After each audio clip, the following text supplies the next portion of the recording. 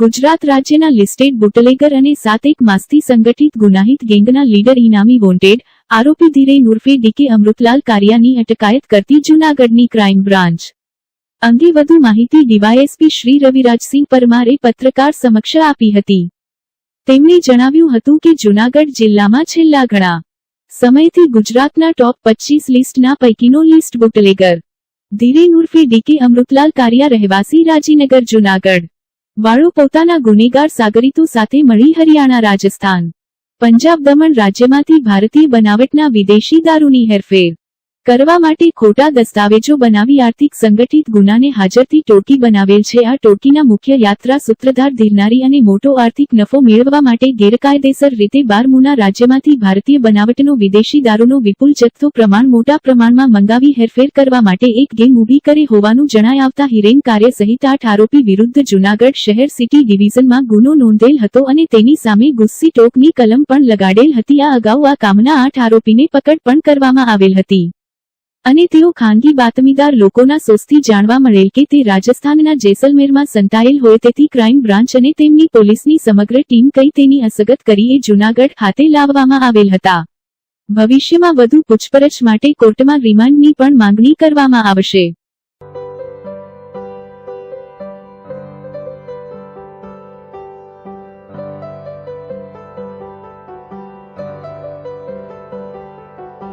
This is a preview file. For example use only.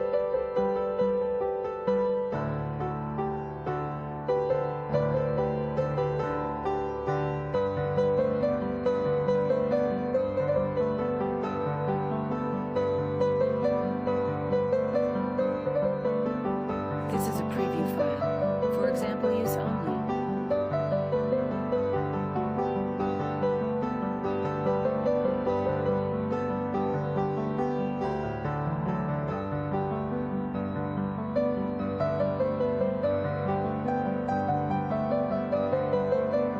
This is a preview file. For example use only.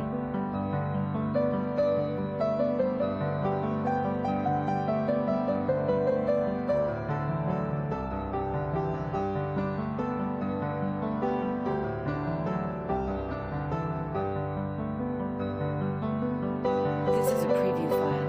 For example use only. एक minute उभा जी sir.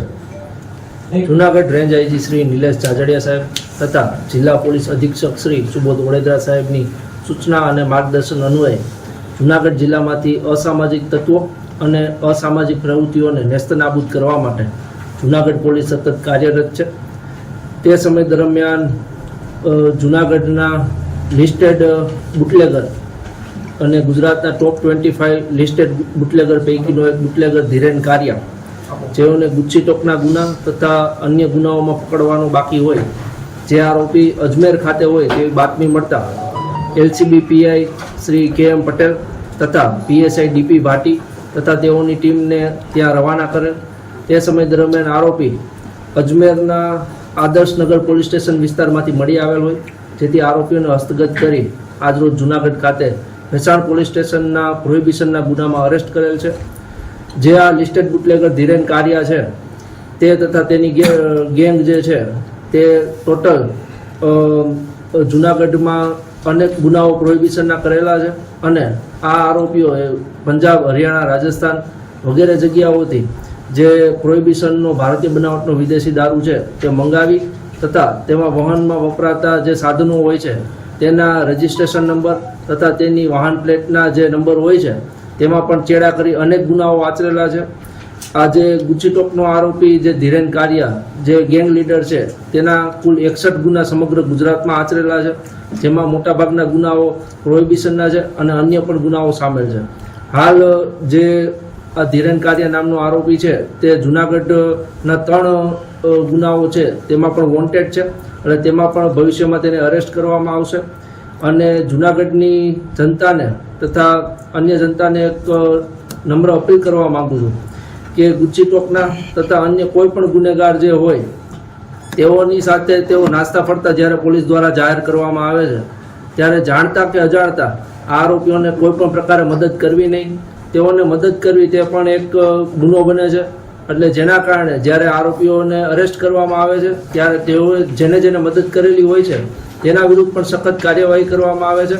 એટલે જૂનાગઢની સામાન્ય જનતાને appeal છે કે કોઈ પણ પ્રકારના આવા પ્રકારના આરોપીઓને જાણતા કે અજાણતા મદદ કરવી નહીં. સર, ખાસ કરીને જુનાગઢના કયા કયા ગુનામાં તે નાસ્તા ફરતા હતા? કયા છેલ્લે જે ગુના નોંધાણા હતી? જુનાગઢમાં સી ડિવિઝનમાં એક ગુજસીટોકનો ગુનો નોંધાયેલો છે, તેમાં નાસ્તા ફરતા છે. આ ઉપરાંત એ ડિવિઝન અને વિસાવદરમાં પ્રોહિબિશનના ગુના નોંધાયેલા છે, તેમાં પણ ધીરેન કારિયાને અટક કરવા પર બાકી છે. સાહેબ, ડુપ્લિકેટ ફરાર સિમ હતા. છેલ્લા 7 માસથી ગુજસીટોકનો ગુનો દાખલ થયો ત્યારથી આ ધીરેન કારિયા નામનો વ્યક્તિ ફરાર છે. સાહેબ, ડુપ્લિકેટ સિમ કાર્ડમાં પણ ક્યાંક તેમની આવા અનેક પ્રકારના ગુનાઓમાં તેમની સંડોવણી ખુલી છે. તે હાલમાં તમામમાં સઘન તપાસ કરવામાં આવશે અને કાયદેસરની કાર્યવાહી હાથ સર, ધરવામાં આ જે આખું ઓપરેશન કરવામાં આવ્યું છે એ કઈ રીતે કરવામાં આવ્યું છે? કેટલા લોકો એમાં હતા ઓપરેશનમાં? અને ધીરેન ઝડપાયો ત્યારે